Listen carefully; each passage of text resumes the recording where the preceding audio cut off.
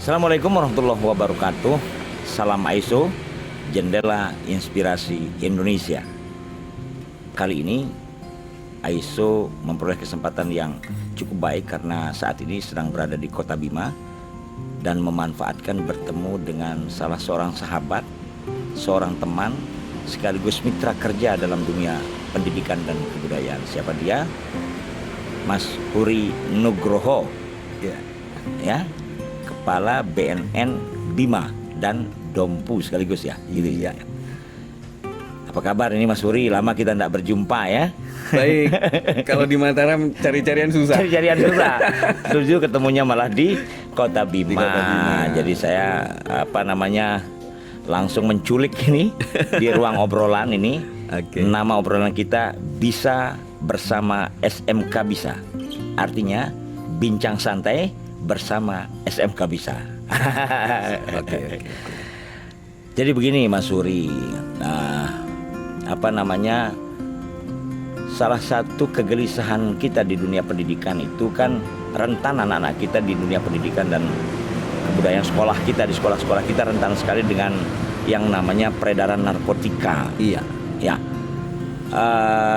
Pak Huri bisa cerita dong ya kepada kita selama berada mengawal menjadi komandan atau pimpinan di BNN Bima, Kota Bima dan Dompu ini tentang peredaran atau pencegahan di 3 wilayah. Iya, terima kasih Pak manggilnya Pak Farius, Pak Farius atau Pak Abu Macel. Boleh, nggak banyak masalah. alias ini. Kalau yang banyak alias itu perlu kita curigai juga, Pak. Mohon maaf bergurau. Iya, enggak apa-apa. Ya, jadi kalau kita berbicara tentang pemberantasan narkotika, itu ada istilahnya ya yang kami punya. Jadi di BNN itu ada beberapa bidang. Jadi ada pencegahan dan pemberdayaan masyarakat. Oke. Kemudian ada divisi pemberantasan. Kemudian ada rehabilitasi. Oke, yang keempat itu. Ya, kemudian terakhir ada pasca rehabilitasi. Pasca ya. Pasca rehabilitasi. Nah, kalau di dunia pendidikan dan kebudayaan itu di masyarakat itu yang lebih diutamakan apa itu? Ya, jadi kalau untuk wilayah pendidikan ranahnya adalah pencegahan dan pemberdayaan.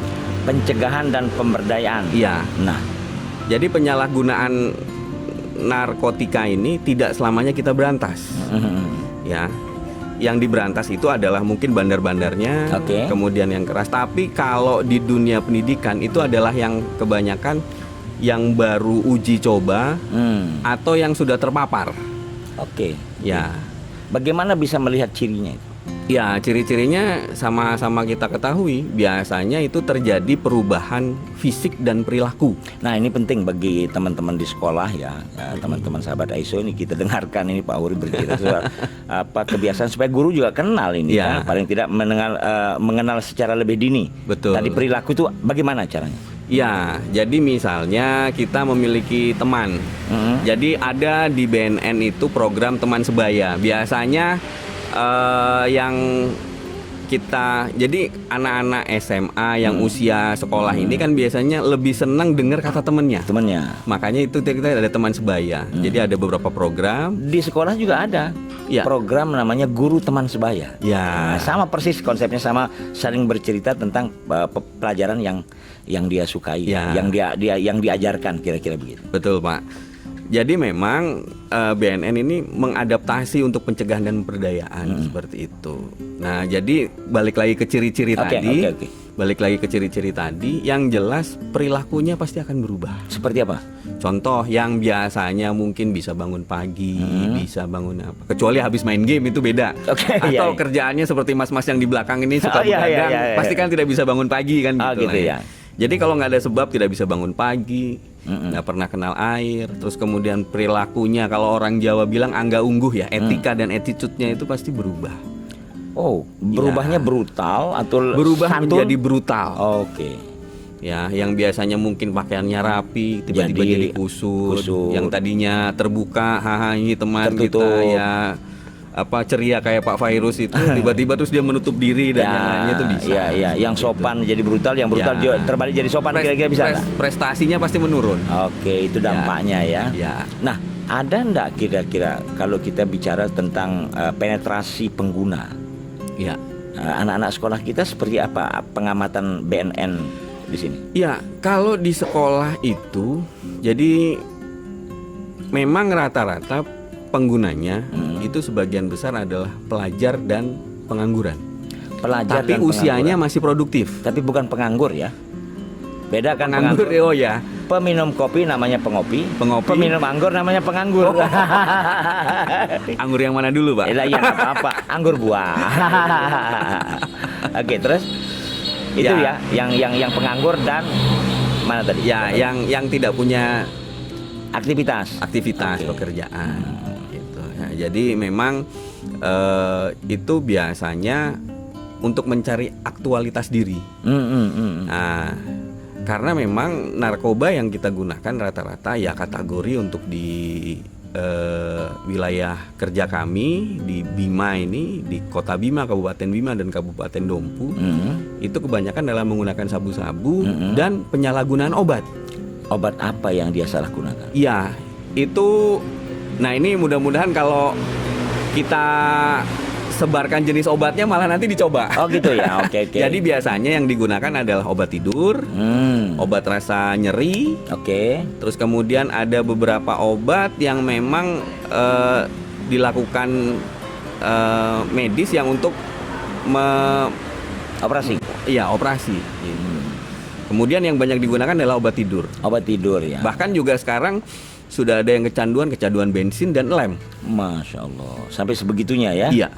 Nah, dengan perkembangan tadi, ciri-cirinya yang sudah dilakukan seperti itu sudah paling tidak bisa menjadi membuka tabir bagi teman-teman kita di sekolah, baik itu antara guru dengan siswanya atau juga barangkali siswa dengan orang tuanya. Nah, apa langkah yang harus kami lakukan atau yang dilakukan oleh teman-teman di sekolah ini, baik itu guru maupun siswa? Iya, jadi sebetulnya narkotika itu dengan prinsip ekonomi sama. Di mana ada supply, di situ ada di mana ada demand, Ya, di situ ya, supply ya, ya. masuk. Gitu ya. Jadi sebetulnya penanggulangannya adalah sebaiknya kita adalah tidak mengenal, tidak menggunakan, tidak memakai dan tidak memperjualbelikan. Itu bagi yang pengguna.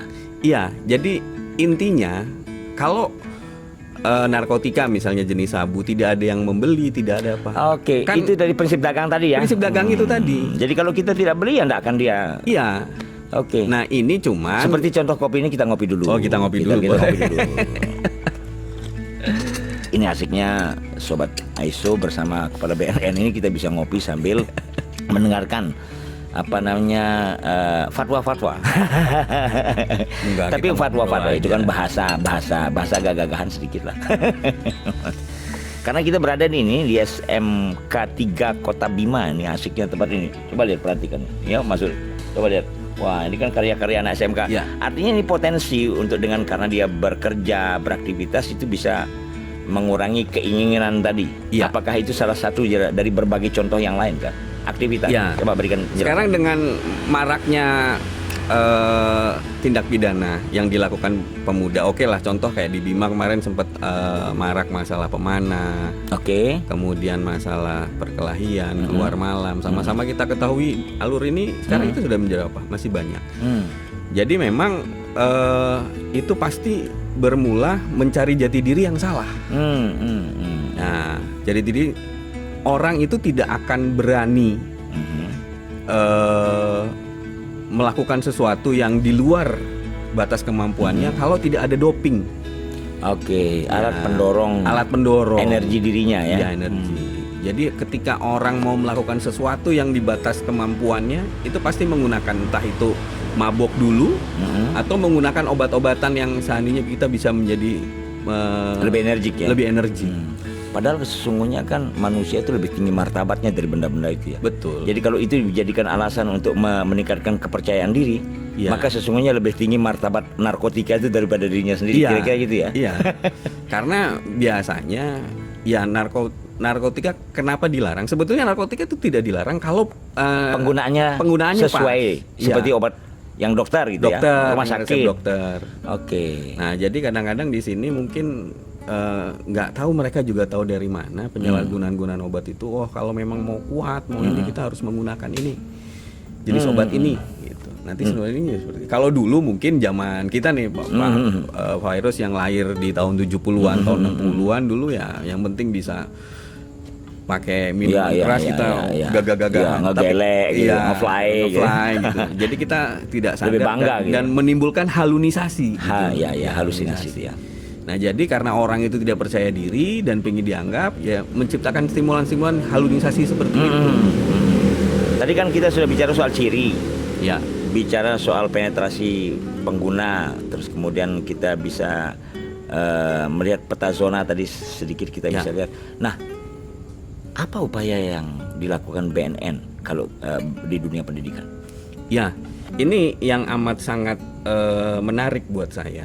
Jadi di pencegahan dan pemberdayaan tadi, saya melakukan pendekatan pada seluruh stakeholder.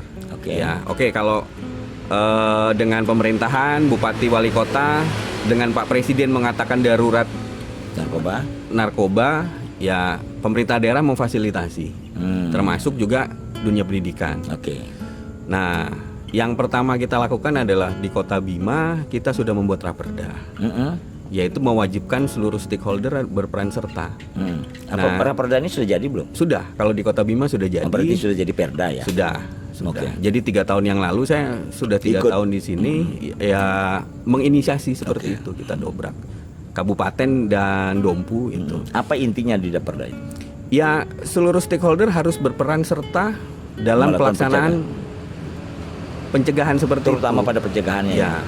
Nah, kalau kita aplikasikan di sekolah, ya masing-masing di sekolah itu juga harus berperan serta. Karena kalau kami mengumpulkan para orang tua, pasti orang tua selalu mengatakan itu salahnya sekolah. Karena pelakunya jamnya pada waktu jam sekolah.